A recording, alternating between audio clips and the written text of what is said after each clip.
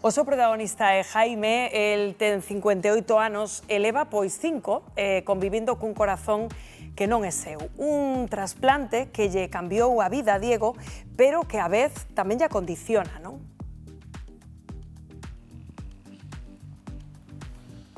Sí, compañeiros, estamos precisamente co protagonista desta historia que é Jaime. Que tal? Moi bons días. Moi bons días. Jaime, contanos, cal é un pouco a tua historia nestes últimos anos? Bueno, a miña historia nestes últimos anos, que me pegou un infarto en Gran Sol, no 2007, nun barco no Manuel Laura, e desde aquela, pois, sabes, foi as cousas a peor. De hecho, a min só me funcionaba a mitad do corazón, me dixeron en Irlanda, non? E logo, cando vin pa cá, as cousas foi a peor.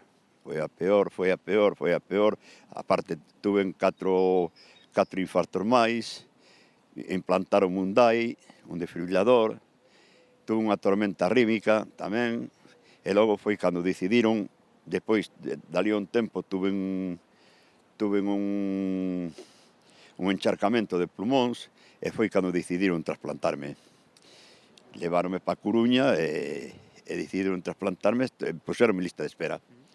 Isto foi no ano 2019, non? Sí, no 2018, 19 foi cando fun pa Coruña e cando decidiron trasplantarme poñerme en lista de espera. Como é a día de hoxe a tua vida despois do trasplante de corazón? Bueno, a día de hoxe, pois unha vida tranquila, relajada, unha vida que tes que levar, tes que facer o que che din os médicos, tes que comer, non podes comer moitas cousas, tes que abster de comer moitas cousas, todo o que tes que comer é a plancha, ou o forno, ou cocido, e aparte hai cousas que non podes comer, claro. E logo, depois, medicación, despois tes que andar todos os días, canto máis ande millor, e así a vida tela que levar como che veña. A máis, claro, eu entendo que terás certas limitacións o primeiro traballar, é dicir, xa non traballas. No, traballar nada, traballar desde 2007 que me deu un infarto, xa nada. Aí xa quedei, xa me dixeron que de traballar nada. De hecho, tuve que pelear tamén pola jubilación, que me daban por enfermedad común e foi accidente laboral porque estaba no mar, e tuve que pelear, tuve que estar en juicios por él, tuve que botar 4 ou 5 anos para que me deran a discapacidade, pero bueno, ao final lucheina e deron má. Jaime, penso que tamén querías mandar unha mensaxe, non, para rematar a conexión, bueno, en primeiro lugar o doante, despois tamén o equipo de médicos. Sí, primeiro, sobre todo, o doante. E despois o equipo de médicos de cardiología do Hospital de Coruña, a asociación que estou agora, a Galicia detrás tamén a miña familia, que me axudou moito, a miña muller e mi irmán que estuveron comigo aí agantando, e eses son os valores que che dan para seguir vivindo. Pois moitísimas grazas a Jaime, compañeiros.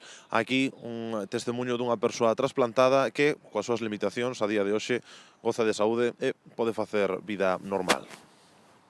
Grazas, Diego. 1:04 do mediodía, con limitacións, contaba Jaime. Que tal, Héctor? Moi bons días. Moi bons días. Pero está vivo, está aquí, pode facer unha vida normal e ademais os coitamos agradecido, Héctor. Eso é importante porque ao final mellora tamén a súa calidade de vida cunha esperanza de vida limitada que tiña porque ese órgano xa non daba máis de sí e realmente grazas á solidaridade, grazas a esos galegos e galegas que cada día deciden doar órganos na nosa comunidade, pois ao final ten como unha nova segunda vida, unha nova oportunidade para seguir gozando da vida con limitacións, pero gozando Claro, da vida. é que o das limitacións chamounos atención, non? É dicir, que non é broma, non?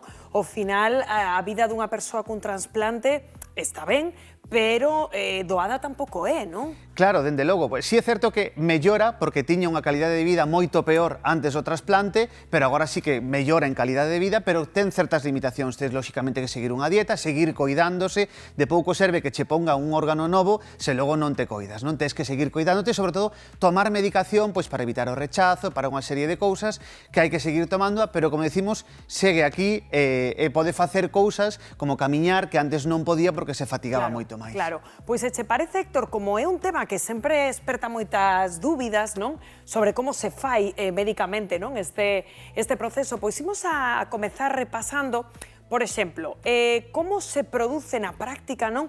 Esta doazón de órganos, non? En que momento se poden doar determinados órganos, non? Claro, porque pensamos que como recambiar unha peza, contado rápido sería así, pero claro, non todas as pezas se poden recambiar. Aquí temos distintos exemplos de pezas, efectivamente, que se poden doar en vida, outra a morte, que é o que nos vai explicar aquí. Claro, hai que distinguir un pouco eso, porque sí, hai doantes que a clásica imaxe que temos todos é da persoa que falece e a súa familia decide que doa os órganos, pero tamén en vida se poden doar determinados órganos, especialmente os que son os órganos dobres, é dicir, os riles, os pulmóns e o fígado, que non é dobre, pero tamén podemos donar un trociño del. Normalmente estas doazóns de órganos en vida fanse entre familiares, entre amigos, pero hai casos, incluso extremadamente solidarios, na que alguén decide doar un ril a quen o precise. Non é o habitual, pero sí hai casos no que alguén simplemente despréndese dun ril para que alguén que o necesita realmente mellora a súa calidade de vida.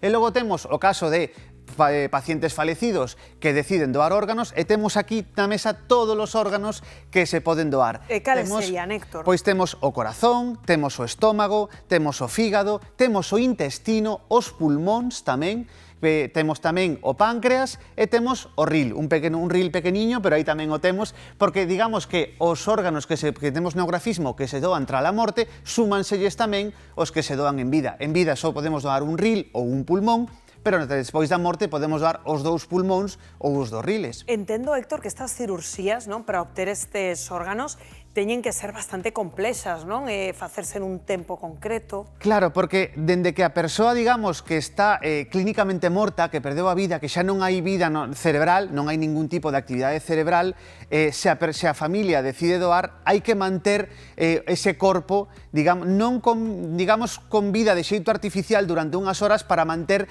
sobre todo, o oxígeno e o sangue neses órganos, non? Para que non se estropeen. Hai unhas horas nas que temos que facer unha serie de probas de compatibilidade sanguínea, tamén de ver en que estado están eses órganos. Por exemplo, se quere doar un corazón, pois moitas veces hai que facer un ecocardio para ver en que condicións está, porque hai que asegurarse de que eses órganos están en bo estado. E logo unha cousiña, Héctor, cos tecidos da nosa pel pasa exactamente o mesmo, non? É dicir, hai tecidos que podemos doar en vida e outros que son tras a morte, non? Claro, porque falábamos de órganos, pero tamén está, como dis, a doazón de tecidos. A doazón de tecidos en vida podemos doar a placenta e o cordón umbilical, que sí que estamos un pouco máis afeitos a esa doazón de quitar o sangue do cordón umbilical e doala, pero tamén de osos, incluso. De osos? Sí, podemos doar unha parte dos nosos osos, porque para un familiar, tamén para un amigo que necesita para facer ese trasplante de oso, ou incluso para autotrasplante tamén, quitar osos dunha parte para insertalo noutra parte, e de pel tamén. Ese autotrasplante ou trasplante para outra persoa de quitar unha parte da nosa pel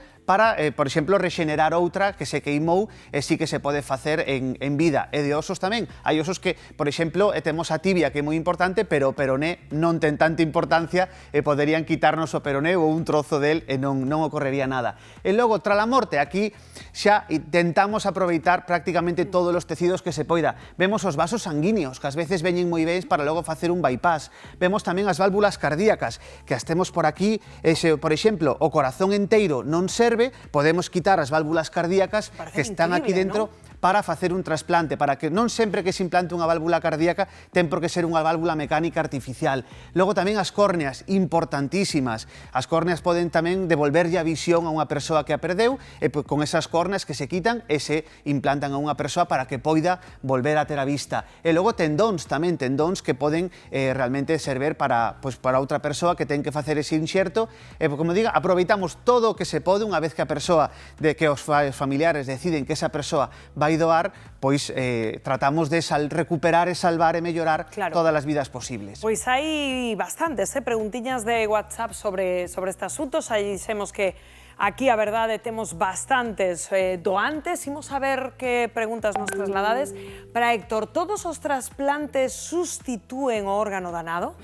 Claro, pódese pensar que, por exemplo, alguén que ten, por exemplo, un pulmón ou un trozo dun estómago que non funciona ben, quítaselle ese e ponse outro, non? Claro. Como se fora unha peza do coche. Sí. Pero non sempre así. Por exemplo, cos riles, normalmente deixanse os dous que ten a persoa e implántase un terceiro ril. E quedaría esa persoa con 3 riles. Por que? Porque mellor o que ten non acaba de funcionar ben, pero funciona un 10% dese ril. Entón, para que vamos perder ese 10%? Un funcionalle o 20%, outro o 10%, métolle un que funciona ao 100%, entón casi conseguimos aí que teña os dous riles. Entón, non sempre se quita un e se pon o outro. Ás veces complementanse varios órganos. Conviven.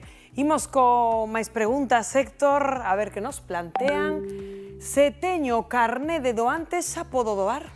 Pois é moi boa pregunta porque moitas veces a xente pois, está moi contenta de ter o seu carné de doante, que é moi boa idea telo, pero non sempre é definitivo. É dicir, ti podes doar aínda que non teñas o carné e aínda que teñas o carné, a túa familia ao final pode decir que non vas a doar. Podes verte nunha circunstancia na que digas fágome doante, por exemplo, no caso do ril, non? Claro, por exemplo, tes ese carné de doante de órganos para cando falezas que realmente vas doar eses órganos, pero sempre se lle vai preguntar á familia. É importante telo, interesante telo no sentido de que a nosa familia estea informada de que nos, chegado o momento, queremos doar os órganos, eso sí interesante, pero sempre se lle vai preguntar, e aínda que non o teñas, vaiselle preguntar á familia e podes doar igual, aínda que non teñas o carné.